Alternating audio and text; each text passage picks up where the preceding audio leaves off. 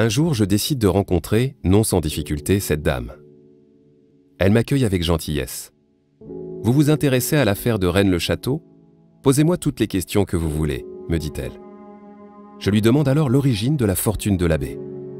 Elle me dit qu'il écrivait à des Français qui ont fait fortune en Amérique du Sud, leur racontant qu'il était un pauvre curé de campagne sans un sou, qu'il souhaitait rénover son église et qu'il aurait reçu des mandats avec beaucoup d'argent. Il aurait fait pareil en France en utilisant des annuaires. Il écrivait et recevait de nombreux dons. Voilà l'unique origine de sa fortune. Nul trésor, nul souterrain, rien de tout ça. Ce ne serait que des histoires.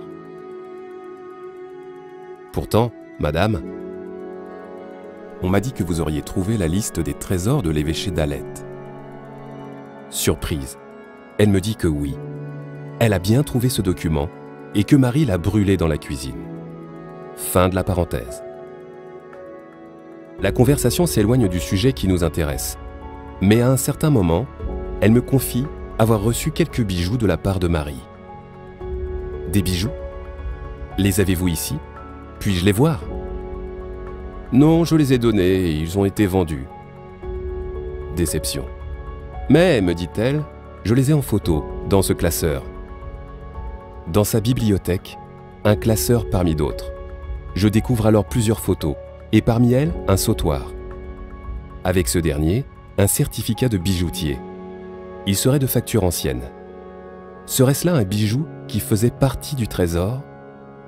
Au vu de mon intérêt, elle me propose de garder les photos qui ne lui sont d'aucune utilité. Je décide alors de la questionner sur M. Schwab, et j'en profite pour enregistrer notre conversation en regrettant de ne pas l'avoir fait avant. Elle m'explique qu'elle a découvert son existence à travers le faire-part de sa mort. Et alors, un jour, je dis à Marie, qui c'est ce Schwab qui est mort?